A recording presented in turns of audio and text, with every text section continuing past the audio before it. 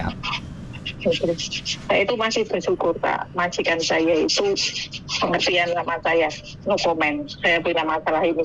Nah, itu yang paling saya syukurin. Ini Mbak, jadi ini juga penting dibahas. Kenapa majikan sampean kok membiarkan sampean membantu orang lain atau kasus-kasusnya? Ini juga perlu dibahas. Artinya berarti sampean bisa how many the boss.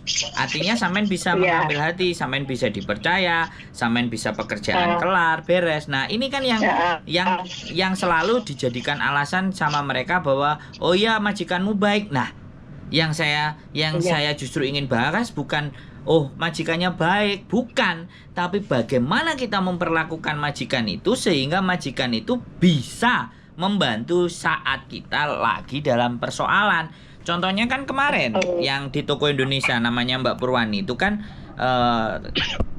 ngirim duit dan ternyata nggak sampai 40.000. Nah, itu kan dia ngomong, wah majikannya baik. Jangan cuman berpikir majikannya baik, tapi berpikirlah bagaimana Mbak Purwaninya melayani majikannya sehingga kesalahan atau masalahnya Mbak Purwani majikan mau turun tangan, bener nggak? Gitu loh. Nah, itu yang harus dibahas, yang harus dibalik itu bukan persoalan majikannya yang baik, tapi majikan baik kan nggak mungkin kalau nggak mbaknya memang baik. Mbaknya benar-benar bisa melayani majikannya, kan kayak gitu tuh Mbak. Iya, saat kita mau menjadi pelayanan yang jadi kita harus jujur. Kunci utamanya kan itu. Nah, kan artinya bagaimana dia kesehariannya sampai majikannya pun turun tangan di saat dia punya masalah, nah kan? Yang lebih harus dibahas itu juga. Jadi sampean ini ada dua pembahasan. Yang pertama adalah sampean memberikan informasi atas alurnya bagaimana mengasih pelajaran para rentenir satu. Yang kedua, ya kan? Yang kedua adalah bagaimana sampean memperlakukan majikan sampean sehingga majikan sampean membiarkan sampean misalnya dipanggil polisi untuk beracara ini, beracara itu dan diperbolehkan. Kan itu dua hal. Iya.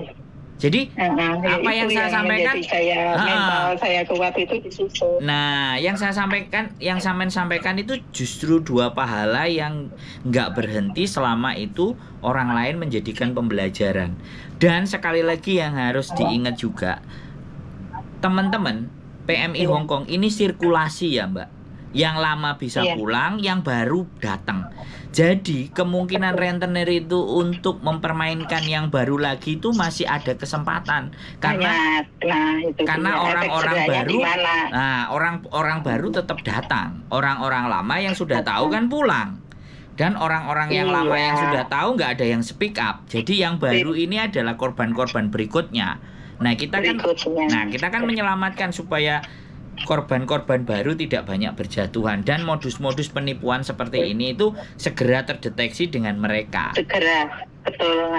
Dan saya itu juga punya tips bagi yang penipu orang dalam penjara saat saya menjadi korban waktu itu. Walaupun saya nggak sebegitu parah, tapi uang saya udah melayang. Tapi saya mempunyai satu pembelajaran yang harus saya sampaikan juga. Bagi yang merasa lagi tertipu sama orang dalam penjara, apa saja yang harus kita siapkan.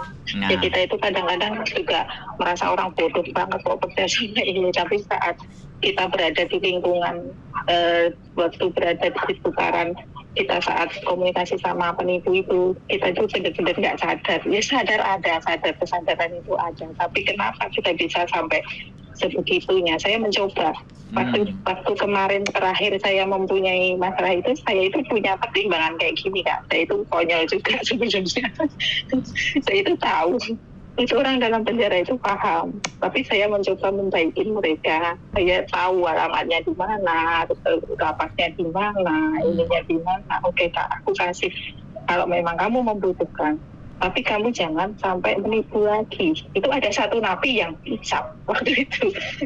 Nama kakaknya, saudaranya, alamat rumahnya saya tahu semua. Bahkan anak istrinya pun komunikasi dengan saya itu baik. Nah, yang satu ini itu sampai ditolongin sama sesama. Juga uang saya balik.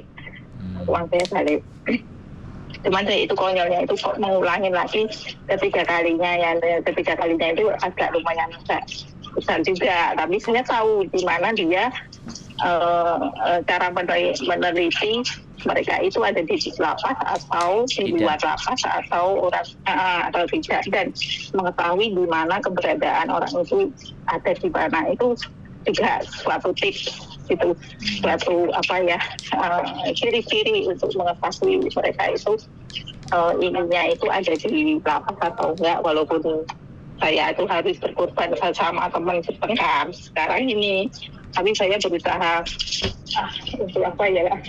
untuk menerima lah untuk kebutuhan saya mengenalin seseorang itu. Tapi seseorang itu saya udah ingetin, kalau kamu tidak suka kayak ini tinggalin dia, tapi ya kita nggak tahu kan, kita beda tempat